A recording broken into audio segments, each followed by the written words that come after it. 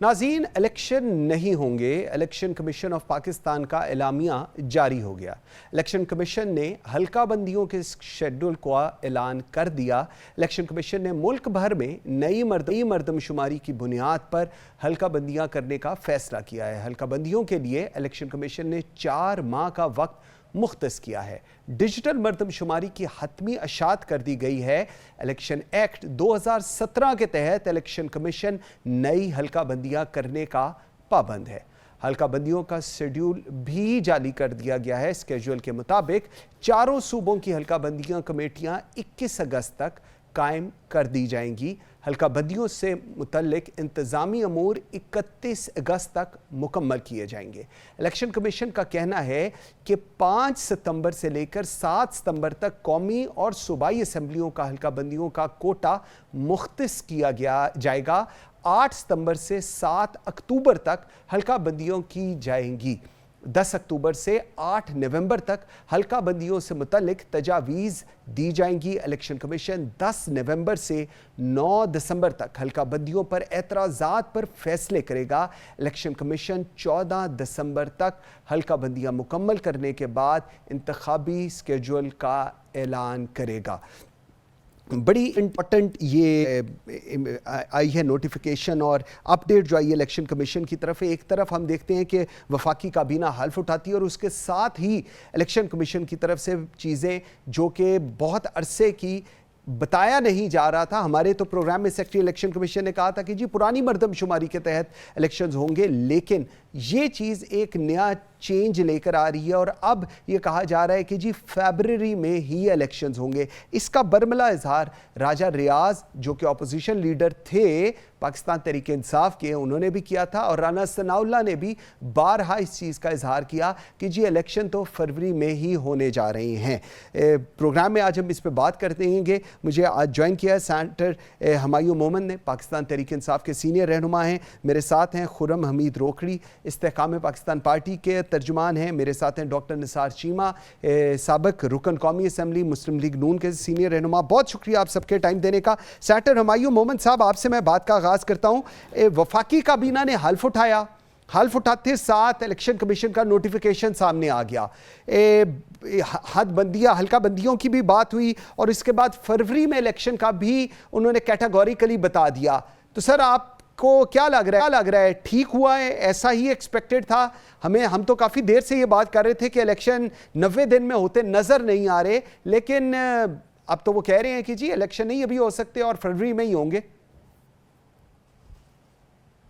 بسم اللہ الرحمن الرحیم۔ دیکھیں جی، آپ نے جو سوال پوچھا ہے اس کا جو بیس ہے وہ سارے لاز ہیں جو 1-1.5 مہینے میں بغیر ڈسکشن کے ان کمیٹی کے ایک دم پاس کیے گئے تھے۔ یہاں تک کہ نیشنل اسمبلی میں ساری پارٹیوں نے مل کے پاس کیا تھا۔ سینٹ میں پھر بھی ہر ایک پارٹی کے جو لوگ تھے، چاہے وہ رضا ربانی صاحب تھے، چاہے وہ سینیٹر کامران مرتضیٰ صاحب تھے، چاہے وہ تاج حیدر صاحب تھے، چاہے وہ پزنچو صاحب تھے، ان سب لوگوں نے انکلوڈنگ پاکستان تحریک انصاف، ہم لوگوں نے وہاں پہ ان لاز کو اپوز کیا تھا۔ لیکن unfortunately at the end of the day وہ سارے لاز پاس ہو گئے، ان میں سے ایک آدھ جگہ پہ چینجز آئی تھی۔ تو دیٹ از دا بیسس کہ آپ نے سارے پہ اختیارات دے دیے۔ اچھی بات ہے، اختیارات دینے چاہیے، اختیارات ان لوگوں کو دینے چاہیے جو کہ ان بائسڈ ہوتے ہیں۔ لیکن اب سوال یہ پیدا ہوتا ہے کہ آپ کے پاس جو ہے وہ 2 چیزیں آئی ہیں، ایک جو کانسٹیٹیوشن کہتا ہے، ایک جو لا کہتا ہے۔ کانسٹیٹیوشن کہتا ہے کہ 2018 میں جو 24th امینڈمنٹ آئی تھی اس میں کہا تھا کہ نیکسٹ الیکشن جو ہے وہ نئے سینسس کے مطابق ہوں گے۔